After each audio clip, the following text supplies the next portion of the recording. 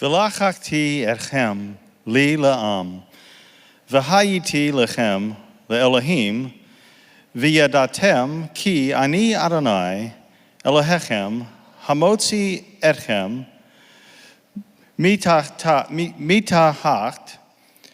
sivlot mitzarim, v'heveti etchem el haaretz asher nasati et yadi latet ota le'Avraham le'Yitzchak u'le'Yakov v'natati ota lechem morasha ani Adonai.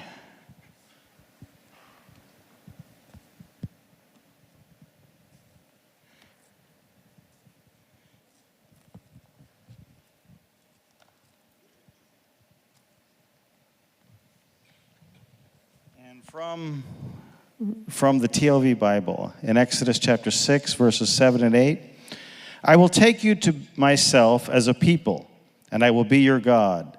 You will know that I am Adonai, your God, who brought you out from under the burdens of the Egyptians. So I will bring you into the land that I swore to give to Abraham, to Isaac, and to Jacob, and give it to you as an inheritance. I am Adonai. I have a very special privilege this evening to introduce to you our speaker. Now, our lives were connected before we actually met, because you know that I came here from Minnesota, and there was a pastor in Minnesota who somehow I became connected with, and he would call me from time to time to ask me questions about Judaism. And there was a businessman, not yet in the ministry, in that congregation, a very successful businessman, who at the time was connecting with Wayne and Bonnie in MJBI. And the way things went, Wayne felt that God was providing Nick as a Joshua to Wayne in MJBI. And so over a period of time, their relationship developed. And before long, 3 years ago, Nick became the vice president, left his successful business, became the vice president of MJBI. And 2 years ago, he became the president of MJBI. Wayne is now the president emeritus. And I have had the opportunity to get to know Nick because we have traveled. We have traveled to Japan. We have traveled to Poland and Ukraine. I have had the opportunity to serve MJBI, to teach some classes for him. I have seen the teaching that he's going to give you this evening. I can't believe it took us this long to have him here to teach you, to talk to you, because you're going to be so blessed. There's a lot more things I could tell you about Nick, but I won't. But there's one thing I know that he would be very important to him that I would say, and that is that he is a deeply devoted husband to Tabitha and a deeply devoted father to 3 children. Would you please make welcome Nic Lesmeister?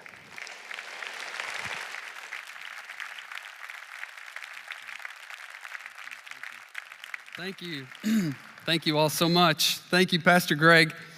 As Pastor Greg read in the Torah portion for tonight about the Jewish people coming out of Egypt in the Exodus, we both came out of an Egypt of our own, which is called Minnesota.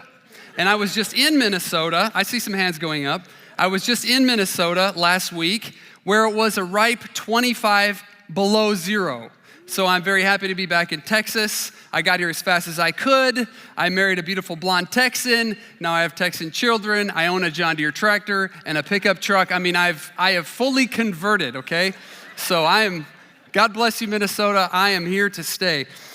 Hey, Happy New Year and Shabbat Shalom to all of you guys. We're really glad that you're here. This is a great time to come, whether this is your first Shabbat service or you've come to many, but starting off the year, entering into rest. It's a prophetic statement that you're making to say, hey, I can take off for 24 hours and God's gonna take care of me. He's gonna take care of my family. And so this is a great way to start your year. I'm really grateful to be here. As Pastor Greg mentioned, I lead the Messianic Jewish Bible Institute, which is based here in DFW. And MJBI was started in 1996 out of Shady Grove Church. At the time, which is where Pastor Robert and Pastor Wayne and Pastor Olin were all in ministry together. And it was launched out as a response to many Jewish people coming to faith in the former Soviet Union. And so our mission at MJBI is to equip leaders to reach the Jewish people. We've been doing this now ever since 1996, and it's really my privilege to lead the ministry. Tonight, we're going to be talking about the regathering of Israel and Israel's restoration.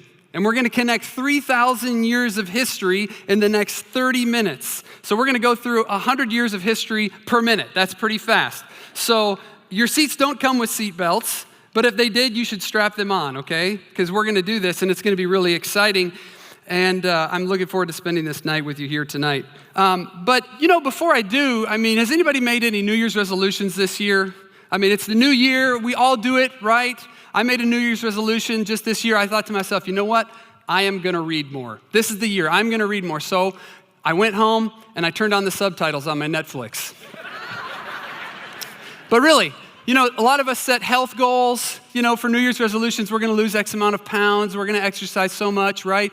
Well, I made a New Year's resolution, and you can cheat on me, okay? You can cheat off me with this one. I made a resolution to help my friends gain 10 pounds. So no matter what, I'll still look skinnier because they'll be the ones gaining the weight, so I don't really have to lose any. So whatever your New Year's resolution is, we're glad to have you here tonight, and this is going to be fun. So I have a board here behind me. I'm going to get to this in a minute, and you're going to get to judge me based upon my artistic skills tonight, not just my speaking skills. So if you've come to see a third grader scratch out some things, you're in the right place. Hey, as we get into the new year, one of my favorite parts about every new year is it's a reset. And it's an opportunity for all of us to look to the future with expectation. I think everybody starts the new year thinking, wow, what's going to happen this year? Especially as believers in Yeshua, we have so much to look forward to every year. What's God going to do in my life this year? And I think it's important for us to have a context for what God has been doing in our lives before we can put our hope and expectation upon what He'll do. And so this teaching tonight is all about context. And if you don't understand context and you don't understand perspective, then you don't really know where you are, and you really don't know where you're going. You have to know where you've been in order to know where you're going. There's an old saying that says that, right? If I told you the score of the Cowboys game tomorrow night and I said the score of the game is 21-20, and that's all I said, and you had no idea what time it was, you'd think, okay, either that's really good, it's the first quarter, no big deal, I don't have anything to be nervous about. Or maybe it's 2 minutes to go in the fourth quarter. That changes everything, doesn't it?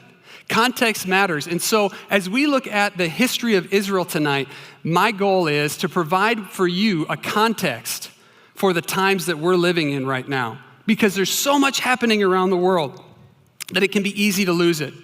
So we all know that the Bible is a book that talks about God's redemptive plan for humanity. It starts out with the fall of mankind, and really the rest of the book is just a big, long read on how God is trying to win us back to Himself and the different ways that He does that. And so what it shows us is that in redemptive history and in the redemptive work of God, He's always trying to reach the universal, which is all of mankind.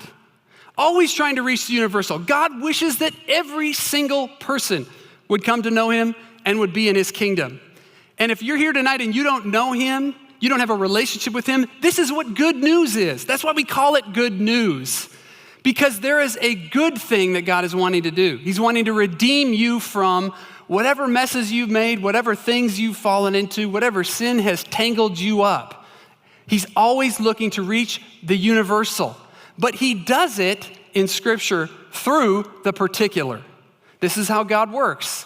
He reaches the universal through the particular. And the particular that God chose to use to reach all the nations with the good news of who He is a group of people called Israel, the Jewish people.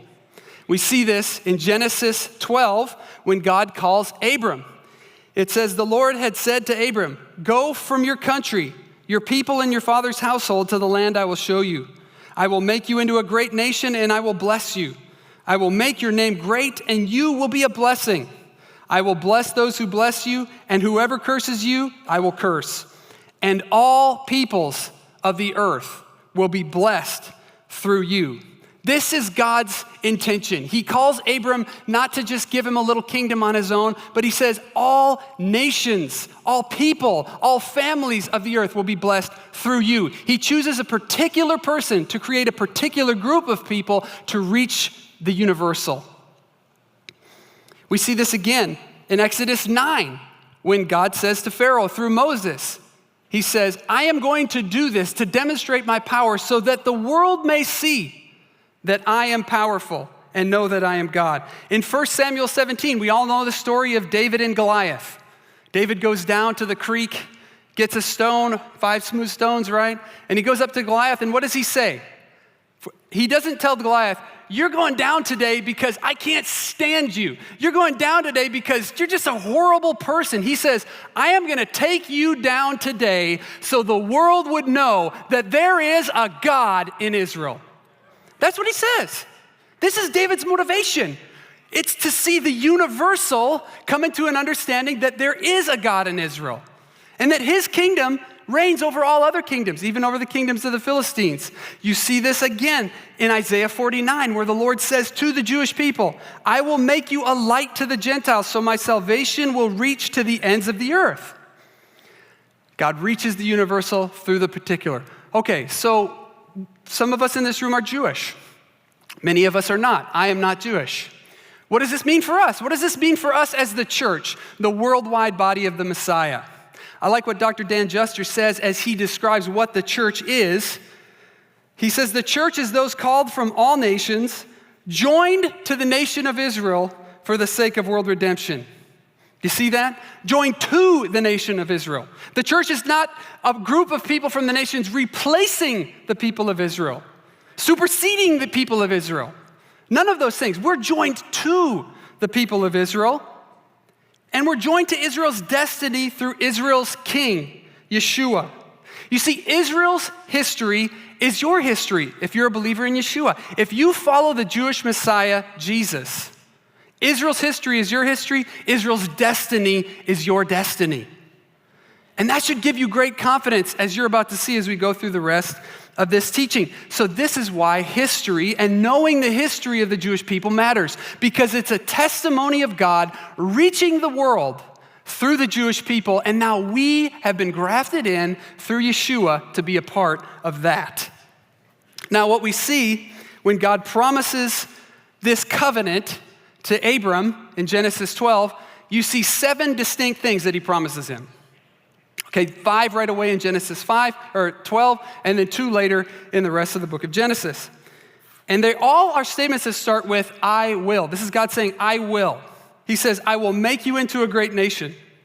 I will bless you. I will make you a blessing to the whole world.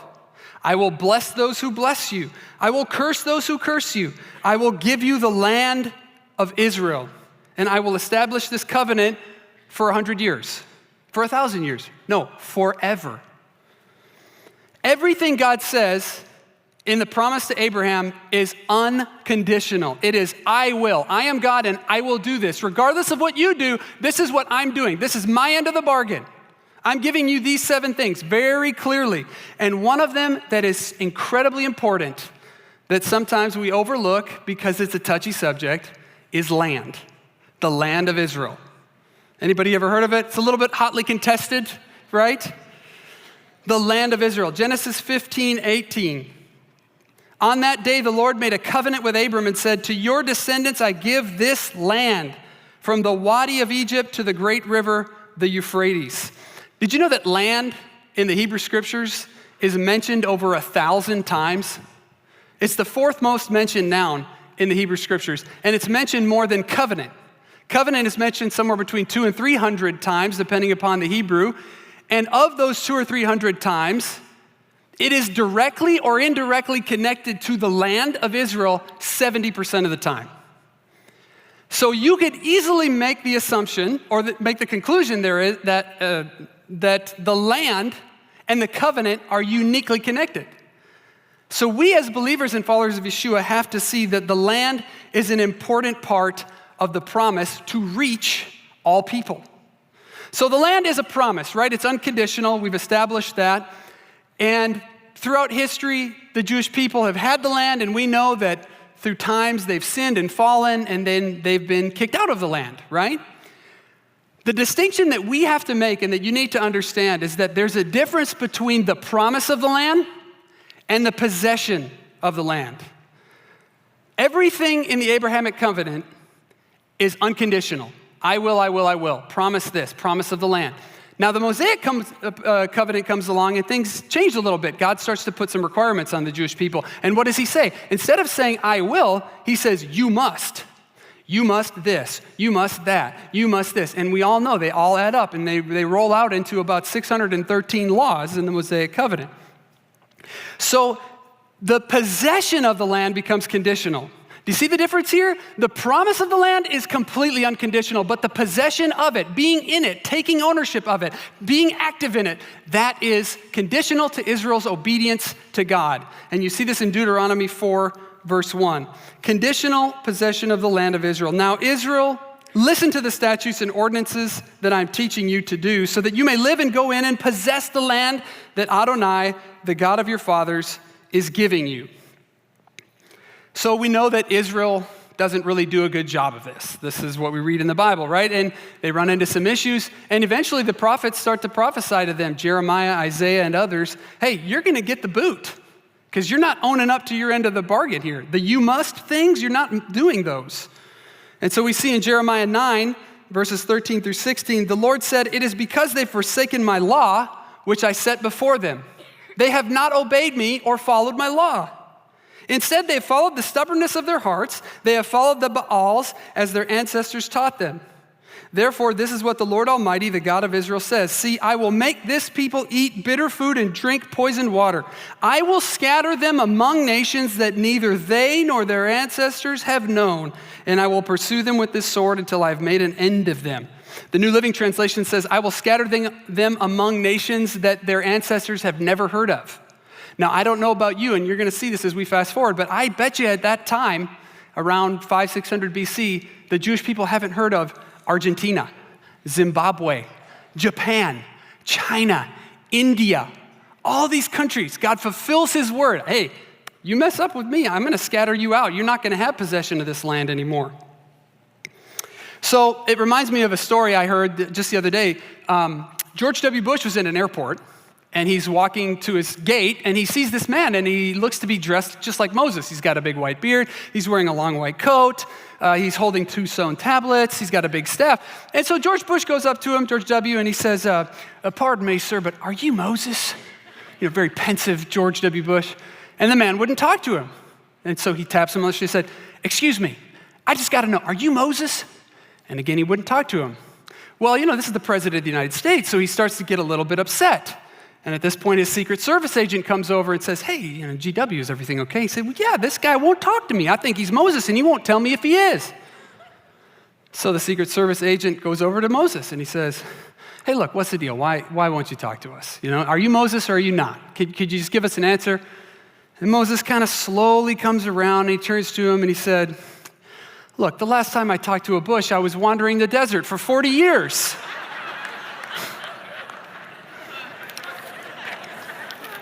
Got to be careful. So, the scattering of the Jewish people. This, for those of you who don't read third grade writing, is a map of Europe, okay?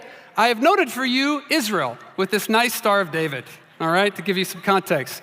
What we're going to do in the next few minutes is we're going to look at the scattering of the Jewish people, we're going to look at their life in exile, and then we're going to look at the regathering of the Jewish people. And all of this is going to come to a point where you tonight can get a better understanding of what God's doing in your lifetime and how you can be a part of it as it pertains to Israel, okay? So, we need to look at the different scatterings of the Jewish people. In 722 BC was the Assyrian, okay? Assyrian exile. So the Assyrian exile took away the 10 northern tribes of Israel. For those of you who remember, after Solomon left, the 10 northern tribes split from the 2 southern tribes, and they were taken into captivity by Assyria, and so they were brought up into the land of Assyria, into the northern parts, all 10 tribes. These 10 tribes became what is known the lost tribes of Israel, okay? So if you've heard the lost tribes of Israel, they come from the 10 northern tribes. And many Jewish scholars believe that there's no record of them anymore. Interestingly enough, the modern Ethiopian Jewish community, which is still alive and well, there's 130,000 Ethiopian Jews with black skin living in Israel. They trace their ancestry to the tribe of Dan, which was a part of the northern 10 tribes. All right, and we'll talk more about them in a minute. So then, after the Assyrians come onto the picture, they kind of lose power after a while, and then the Babylonians come in. Okay? And you're going to get to view my bad spelling. The Babylonians come in, and in 597 to 586 BC, they take over the Assyrians, and they come into Jerusalem, and they take the southern tribes of Israel into captivity, right? King Nebuchadnezzar comes in, they destroy the temple in 586 BC, and the Jews go into captivity in Babylon and the land of Israel. The temple is destroyed, and they're there until 538 BC when Persia comes on the scene. So the Persians take over the Babylonians, ABP, okay, very easy to remember. The Assyrians get taken over by the Babylonians, get taken over by the Persians, and in 538 BC, then they're allowed to come back, and they start rebuilding the walls with Nehemiah, and they construct the second temple, all right? So they live here until the Persians are taken over by the Greeks in the 3rd century, right before the Romans, and that's where Hanukkah takes place during the Greek rule, okay? Then the Romans take over the Greeks. I mean, the Middle East is just, does this sound familiar to any of us living right now? There's a little bit of war going on, you know, for this little piece of land. I wonder why, huh? And so they take over, the Jews come back, and they live here until the Romans. AD 70 comes. We all know that Yeshua predicted the fall of Jerusalem. He predicted the temple being destroyed in AD 70, right? And so that's exactly what happens. The Romans take over, they crush, they burn the temple in AD 70, they flatten Jerusalem. But what most of us don't know is that there was still a Jewish remnant left in the land of Israel. And around 130 AD now, Common Era, Emperor Hadrian of the Roman Empire, he really starts to get tired of these Jews. And so he decides to rename Jerusalem Aelia Capitolina, just to get rid of its name, to take away its significance to the Jewish people. And he renames the land of Israel Syria Palestinia. Does this sound familiar to anyone? As a slight to the Jewish people, he completely renames it. He erases Israel from the map. And the Jewish people that are left in Israel, there were still a few 100,000 of them, they get really mad. They stage a rebellion called the Bar Kokhba Revolt, and the Romans put them down. About 500,000 Jewish people die, and then there is no more Jewish presence in the land of Israel. So during these different scatterings, Jewish people are going to different places. They're getting out of Dodge, right? And Yeshua prophesies this in Matthew 24. He talks about them coming and people leaving and all these different things.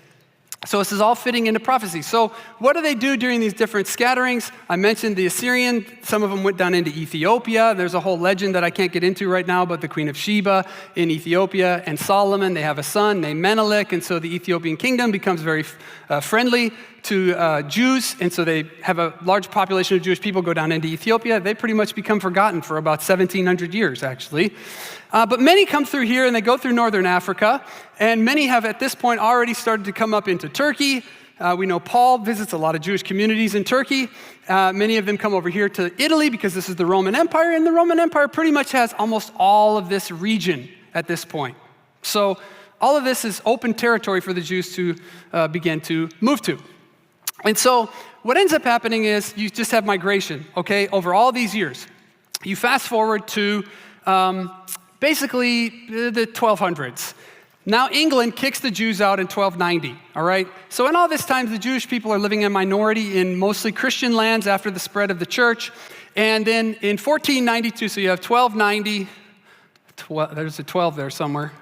1290, England kicks out the Jews. 1390, France kicks out the Jews. 1492, the Inquisition. Spain kicks out the Jews. At the time of about the 12th century, 90% of the world's Jews were living in the Iberian Peninsula. This is where the Sephardic Jewish community emanates from. Sephora is the word for Spain. So then you have the Sephardic community after 1492. Many of them leave. Some of them go to South America. Some of them go back into the Muslim lands in northern Africa, become the Mizrahi Jewish community living amongst the Muslims there. And then many even come back and settle into the Ottoman Empire, which was now in Palestine at the time. But yet many move up into this region of Europe as they're getting kicked out. So then in the 1500s, you have Germany. Now, Germany was home for a lot of Jewish people who moved up even in from the Roman Empire when they got kicked out of Rome. And this area was called Ashkenaz, and Ashkenaz is the word basically for Germanic lands. So you have the development of the two main houses of Judaism, the Ashkenazi and the Sephardic. All right, so for those of you who have ever heard those words, this is where that comes from. And so all the while, all this anti-Semitism continues to push the Jewish people, and they get pushed further and further east until eventually they end up in this little swath right over here that encompasses Poland, Ukraine, Moldova, Romania, and the very eastern, western part of Russia. This is what becomes to be known as the Pale of Settlement, okay? And the Pale of Settlement was established basically by Catherine the Great, because she gave Jews in the late 1700s the choice: convert to Russian Orthodoxy, Christianity, or get out of here. And so they essentially established this area of the Russian Empire and say, okay, all of the Jewish people can live here. All right? It's about 400,000 square miles. Around 1900 to the 1880s, 5 million Jewish people lived here. It was about almost 70% of the world's Jewish population lived in this region. And most of them, it was just completely rural lands, just out in the boonies, all right?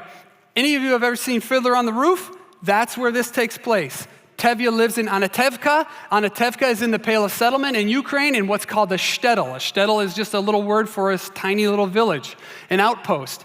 And so the Jewish people end up being here, and this is where history really starts to get cooking. Okay, we're only talking about 19 years ago now. So all of this history, which we just flew through, now leads up into this little tiny pinch point, this strip of land from Poland and Lithuania on the north all the way down to Ukraine, where now all of a sudden 5 million Jewish people are living and awaiting their return from exile. So there's a problem that starts to develop, okay? Around the 1800s, if you're a Jewish person, 99% sure you're religious, okay? Living in America today, we meet lots of Jewish people, and the majority of Jewish people in America are secular. I think around 56% of them are. They don't practice religion. They're Jewish by heritage, okay? Not so in the 1800s. If you were Jewish, you were an Orthodox Jew, you were praying 5 times a day, you were going to yeshiva, you were going to school, you were learning Hebrew, etc. Because you were living in a Christian land, you had no rights to be any kind of a member of society. You couldn't send your kids to public school. They couldn't go to university. You were living your little Jewish life because your Shabbat is on Saturday, the Christian Shabbat is on Sunday. So there was just sort of a separation of culture. Well, that all changes. And it changes in a big way in 1789. 1789, the French get a little bit testy, as they are known to do. And they decide to have a revolution, right? The French Revolution. And this becomes the period of enlightenment. And the reason that that's important to us to know is because this is the first time in European history where people are given basic human rights based upon them just being individuals, okay? So now it really presents something interesting to the Jewish community. You see, before 1789, the Jewish people were stuck between what they call the 2 Gs, God and the Goyim, or the Gentiles. And what that means is they're stuck in exile because God kicked them out of the land of Israel. They don't have possession anymore because they were disobedient. And they're sitting there waiting for the Messiah to return. And there's nothing we can do but pray. All we can do is pray. So we get our holy books and we pray and we pray and we pray for the Messiah to come. But in the meantime, these Gentiles are ruling over us. We're living in Christian lands and we're waiting for God to take us out of exile and return us back to the land of Israel. So at the beginning of the 1800s, there's 2.5 million Jews on the earth. 90% of them are living in Europe, okay? So 1789 rolls around, and now all of a sudden, all these young Jewish people are growing up with a choice. Wait a minute. I can go to public school now. I can hold an official office position as a politician, as a lawyer, as a doctor. And you see waves of Jewish people now sending their kids to public school, making the hard choice between, well, do we observe halakha, which is the Jewish law, or do we let our kids become members of society? And so you see a giant shift start to take place in what it means to be a Jewish person, okay? Now you're no longer just an Orthodox religious Jew. You could be a German Jew. You could be a Polish Jew. You could be a Hungarian Jew. Well, what does that lead to? All of this in 1789 leads to the rise of something ugly called nationalism in Europe. Because here's what ends up happening. For really 1,000 or so years, you as a Jewish person were relegated to the outside of society on the basis of your religion, right? You're a Jew, you didn't accept Jesus as your Messiah, therefore God is punishing you, he's making you live on the outskirts of society, you don't have anything to do with you, so we persecute you because you're Jewish, because you believe in a different religion than us. Now, the Jewish person is on the same foothold in society as the German guy whose great-grandfather was in the war and rode with all these honors and everything. Now, do you see how this can become a little bit problematic for people?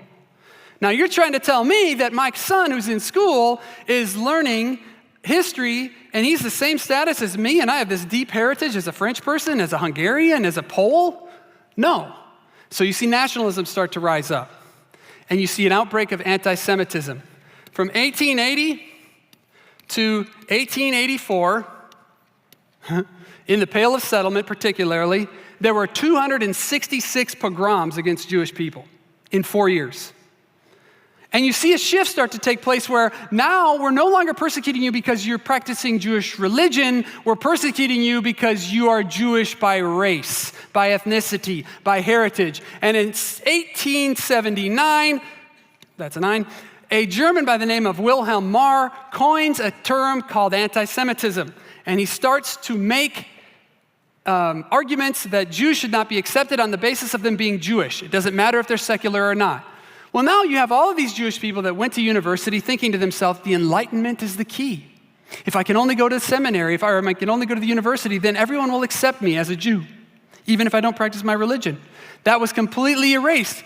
And all of this in the 1880s starts to get to a funnel point where there's more and more anti-Semitism, there's more and more persecution, and what ends up happening is a hero rises up on the scene.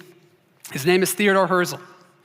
Many of you may have heard of him, maybe you may haven't, but many Jewish people refer to him as the modern Moses of the Jewish people. He was born in 1860 in Budapest. He went to the university in Vienna. He was an emancipated Jew, an enlightened Jew in something called the Haskalah, which is the Jewish Enlightenment.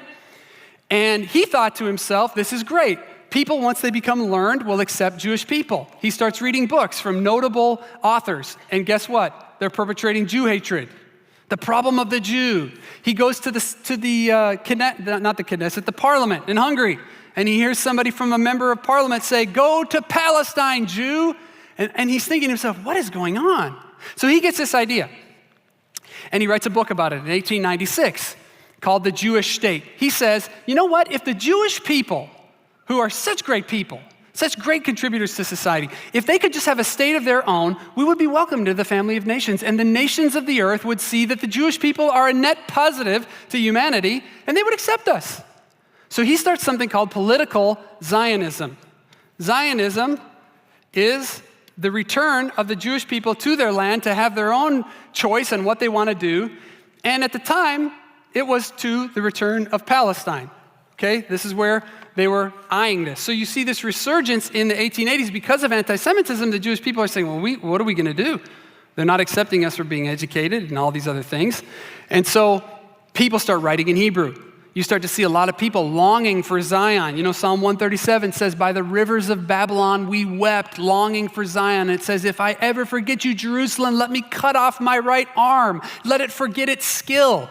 This was starting to swell up in the hearts of Jewish people because of anti-Semitism, because they had nowhere else to go. So in 1897, Herzl starts something called the World Zionist Congress.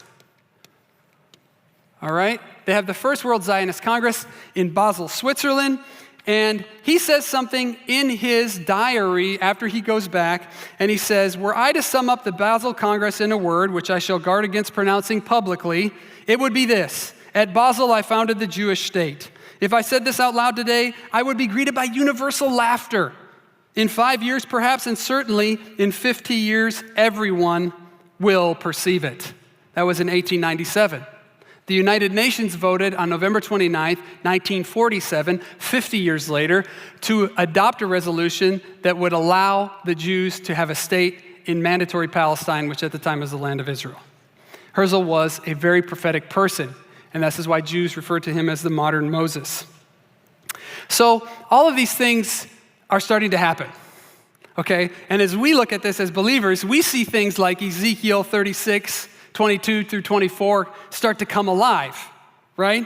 Therefore say to the Israelites, this is what the sovereign Lord says. It is not for your sake, people of Israel, that I'm going to do these things, but for the sake of my holy name, which you have profaned among the nations where you have gone. I will show the holiness of my great name, which has been profaned among the nations, the name you have profaned among them. Then the nations will know that I am the Lord.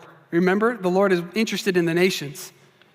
Declares the sovereign Lord, when I am proved holy through you before their eyes, for I will take you out of the nations, I will gather you from all the countries and bring you back into your own land. So 1897, 1880, in between 1880 and 1914, the start of World War I, almost 3 million Jews leave Russia and emigrate out because of anti-Semitism. Most of them come and found the modern American Jewish community, but a trickle of them go to Palestine, which is the land of Israel. So through what become known as 5 waves of Aliyah, if you aren't familiar with that term, Aliyah is the Hebrew word for ascend, to go up. And Aliyah is to make return. So there were 5 distinct waves of Aliyah, of immigration to the Jewish land, to the Jewish homeland in Israel between 1880 and 1939. 475,000 Jewish people immigrated to the nation, to the area of Israel, to Palestine. And on the eve of World War II, when Hitler was marching into Poland with his tanks and his blitzkrieg, 40% of the population of mandatory Palestine, of the land of Israel, was Jewish. Now, most people think that the state of Israel was created out of some sympathetic gesture by the nations because of the Holocaust. That is factually untrue. The nation of Israel was created because God is a God who keeps his promises, because God establishes a remnant and he keeps a remnant, and he will do anything to make sure that it happens, even if it's using secular people like Theodore Herzl. This is the times that we're living in, friends. Since 1948, almost 3 million Jews have made, 3.5 million Jews have made Aliyah to Israel from over 40 different countries.